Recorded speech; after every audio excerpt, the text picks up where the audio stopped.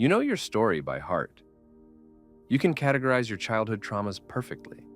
You understand exactly why your parents acted the way they did. You've read all the books, learned the terminology, and maybe even talked it through with your therapist 100 times. Your mind is clear. Your logic is flawless. But why does this still hurt? Why, despite all this understanding, does your heart still seize with panic when you hear a certain tone of voice? Why is your jaw clenched so tight that your teeth hurt in the morning? Why do you still feel that heavy, cold stone in your stomach that refuses to dissolve? No matter how many times you tell yourself, I am safe. Here's the brutal truth we rarely talk about. You cannot think your way out of trauma.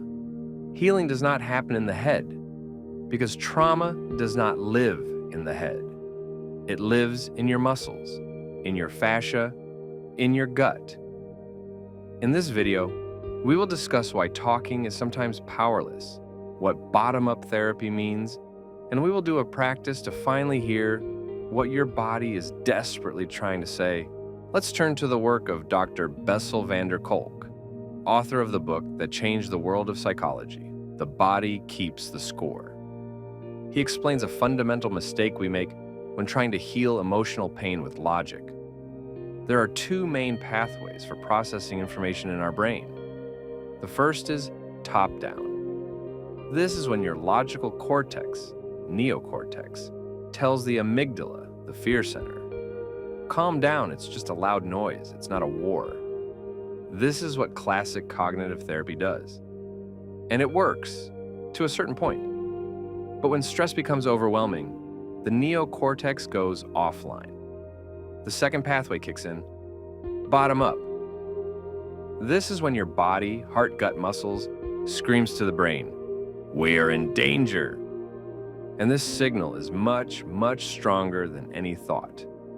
Imagine you are sitting in a burning house. The smoke alarm goes off. You cannot walk up to the siren and politely ask it to be quiet, explaining that fire is just a chemical reaction. The siren doesn't understand language. It reacts to only one thing, the absence of smoke.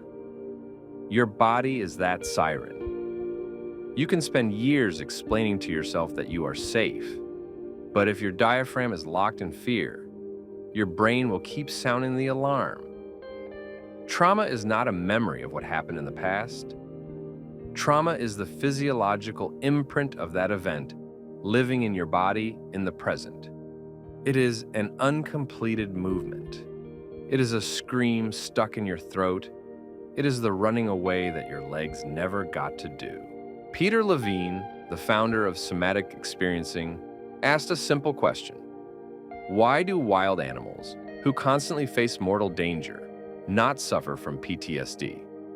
Why doesn't an antelope that escaped a lion go to therapy? The answer is simple. Animals allow their bodies to complete the stress cycle. When the threat passes, the antelope trembles. It shakes, breathes deeply, and discharges this colossal mobilization energy. And a few minutes later, it is calmly grazing again. We humans have lost this ability. We have a rational brain and social norms. When we are scared, hurt, or traumatized, we don't shake. We hold it together. We tense up. We swallow our tears. We freeze. We were told, don't cry, be strong, don't act crazy. And this energy, the energy that was released for fighting or fleeing, doesn't just disappear. It gets locked in the body. It turns into chronic tension in your shoulders, into irritable bowel syndrome, into migraines, into that same sensation of a lump in the throat. Your body has become a container for unexpressed survival energy. This is why talking doesn't fully help. You're trying to fix a software problem, thoughts, when the problem is in the hardware, wiring, and tension. You're not broken. You're just charged. And your body needs help to discharge, not through words, but through sensations. Before we begin, an important warning. Somatic work can be intense. If you feel it becoming too overwhelming, open your eyes, look around the room, and stop the exercise. It is okay to go at your own pace. We will do an exercise called pendulation. This is a core technique from Peter Levine. We are not going to try to banish the pain. We are going to learn to swing between pain and resource. Sit comfortably. Feel your feet on the floor.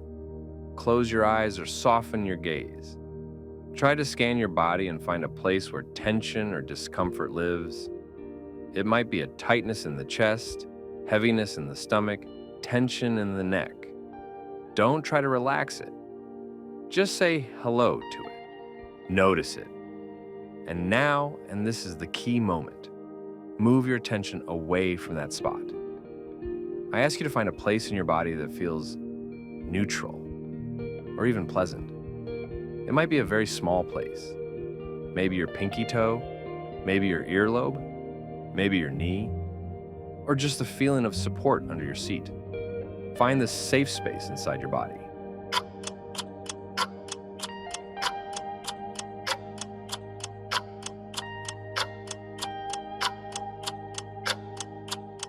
Focus on this safe space.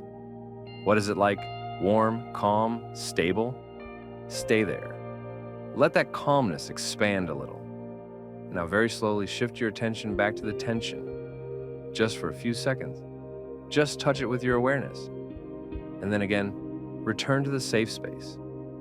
Like a pendulum. Back and forth. From resource to trauma. From trauma to resource. What happens to the tension when you don't get stuck in it, but only touch it while having a safe base? Often, it starts to change, to soften, to pulse.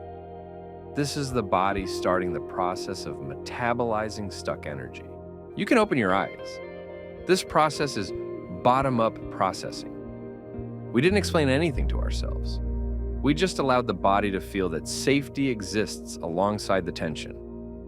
Bessel van der Kolk says, in order to change, people need to become aware of their sensations and the way that their bodies interact with the world around them. Your body is not an enemy causing you pain. Your body is your most loyal guardian, who took the hit when your psyche couldn't handle it. It has held this pain for years, waiting for you to be ready to feel it and let it go. Today, we took the first step toward this dialogue. Not in the language of logic, but in the language of sensation. Listen to your body. It knows the way home.